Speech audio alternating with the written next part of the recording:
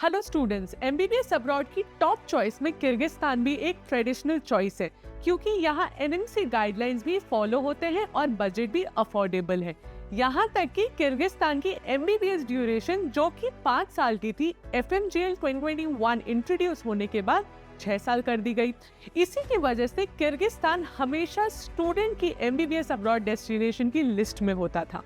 तो अगर आप भी उन्हीं लोगों में से हो जो एमबीबीएस इन किर्गिस्तान प्लान कर रहे हो या ऑलरेडी उधर पढ़ रहे हो या फिर आपका एडमिशन प्रोसेस अभी किर्गिस्तान के लिए ही चल रहा है, तो आज ये वीडियो आपके लिए ज़रूरी भी है और आई ओपनिंग भी।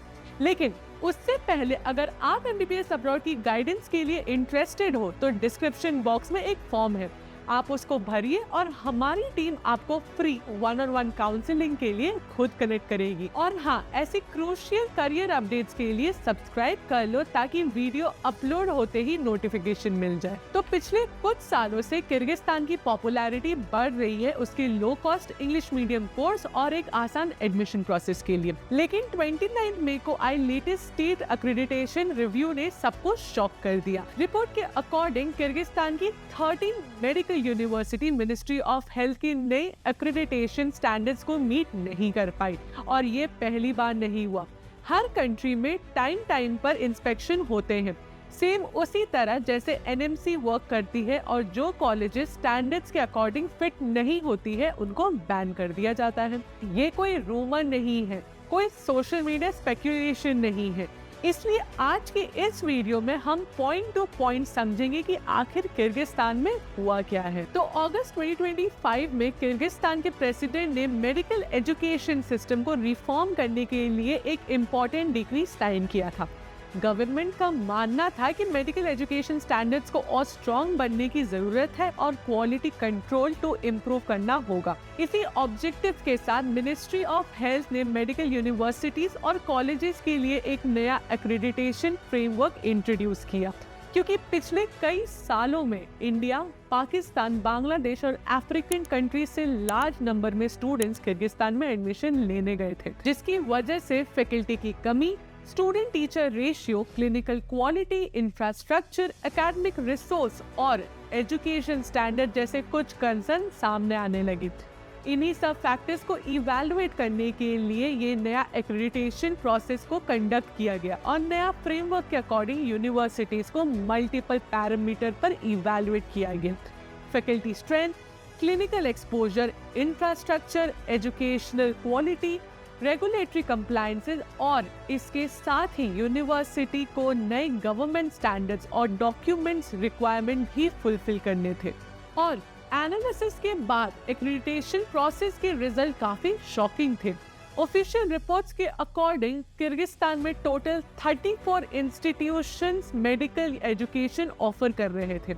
इनमें से सिर्फ कुछ ही इंस्टीट्यूशन को लॉन्ग टर्म एक्रेडिटेशन मिला, जबकि 13 यूनिवर्सिटीज एक्रेडिटेशन क्लियर नहीं कर पाई और कई इंस्टीट्यूशन ने तो प्रोसेस में पार्टिसिपेट भी नहीं किया। जिसमें कि देखा जाए, ओश इंटरनेशनल और आईएमयू जैसी यूनिवर्सिटीज पिछले 3 से 4 सालों से स्टूडेंट की टॉप चॉइस में भी थी। और सबसे शॉकिंग बात की, कुछ इंस्टीट्यूशन ने तो एक्रेडिटेशन प्रोसेस में पार्टिसिपेट करने से ही मना कर दिया और जो यूनिवर्सिटी एक्रेडिटेशन में सक्सेसफुल रही वो भी 2 टर्म में डिवाइडेड है, long term accreditation for 6 years and short term accreditation for 1 year। इसका मतलब ये नहीं है कि 1 year वाली यूनिवर्सिटी बैंड हो जाएगी। इसका मतलब सिर्फ इतना है कि यूनिवर्सिटी को फ्यूचर रिव्यू से पहले कुछ रिक्वायरमेंट्स कंप्लीट करनी होंगी। तो 6 साल की लॉन्ग टर्म एक्रेडिटेशन वाली यूनिवर्सिटीज में शामिल है Osh state medical university, international university of Kyrgyzstan, international higher school of medicine और एशियन इंटरनेशनल यूनिवर्सिटी।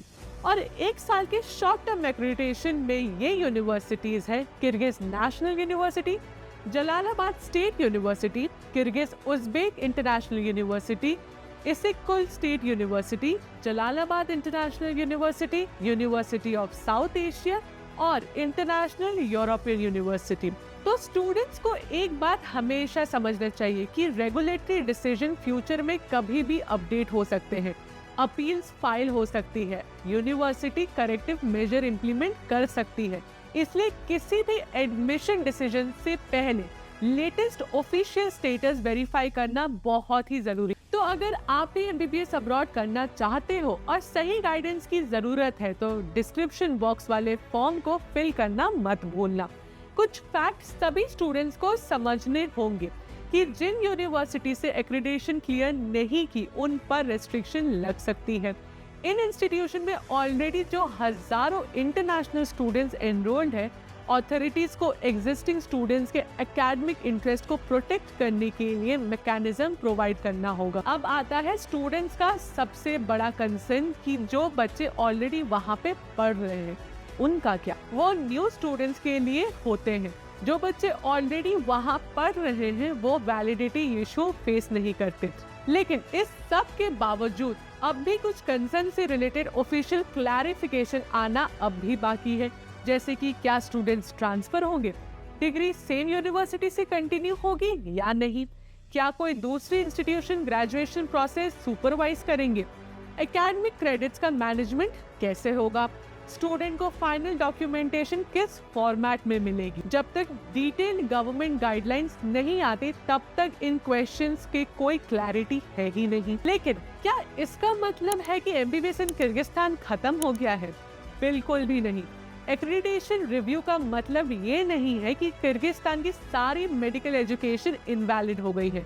इसका मतलब सिर्फ इतना है कि गवर्नमेंट अब क्वालिटी स्टैंडर्ड को और स्ट्रिक्ट तरीके से इम्प्लीमेंट करने वाली है। यहाँ एक इम्पोर्टेंट क्लैरिफिकेशन भी जरूरी है। अभी तक एनएमसी की तरफ से ऐसे कोई ऑफिशियल नोटिस नहीं आया है जिसमें किर्गिस्तान की एमबीबीएस डिग्री को कलेक्टिवली बैन या रेस्ट्रिक्ट कर दिया गया हो। इसलिए स्टूडेंट को पैनिक करने के बजाय ऑफिशियल अपडेट पर फोकस करना चाहिए। साथ ही एक्रेडिटेशन स्टेटस और WDOMS लिस्टिंग दोनों अलग चीजें हैं, इसलिए किसी भी यूनिवर्सिटी के बारे में फाइनल कंक्लूजन निकालने से पहले उसके लेटेस्ट ऑफिशियल स्टेटस वेरीफाई करना बहुत ही ज्यादा जरूरी होता है।